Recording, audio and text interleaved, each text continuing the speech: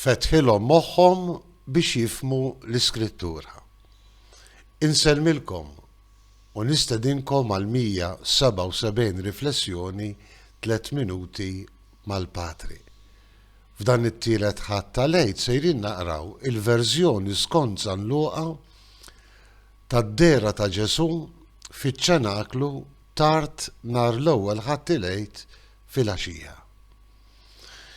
Id-dera tiegħu kważi tbeżza lill-Apostli, tant li Ġesu kellu jikkonvinċihom li kienu verament l-imsallab il-midfum li kien il-xoxta mill-imwiet. Tantu hekk illi jagħtihom prova li huwa ħaj billi jistedinhom biex jiekol magħhom.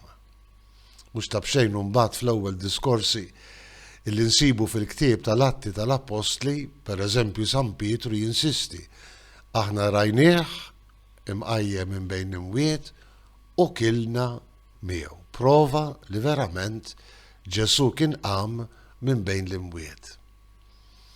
Ġesu jifhem il-biża tal-Apostli.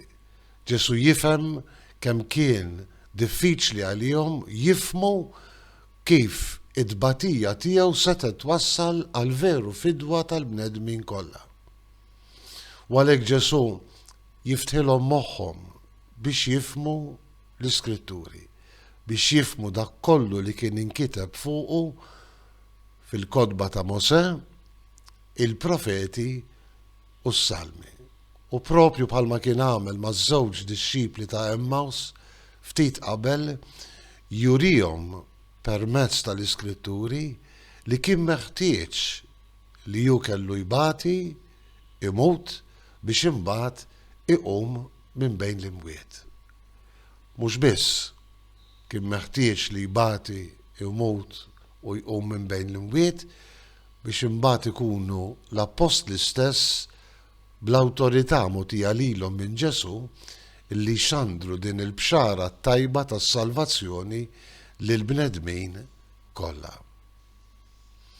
Għal darb'oħra u Evanġelu li fakkarna fl-importanza tal-Iskritturi mqazza. Hija l-kelma t'Alla li tenna nifmu il-misteru kollu ta' Ġesu. Hija biss il-kelma t'Alla li tenna nifmu kif mis-salib u l-ġrajja drammatika tal-Kalvarju tnislet il-veru fidwa tal-bnedmin. Mill-ġrajja traġika tal-Kalvarju dak li ġie midfun qam verament minn bejn l-imwiet biex lilna jagħtina ħajja ġdida.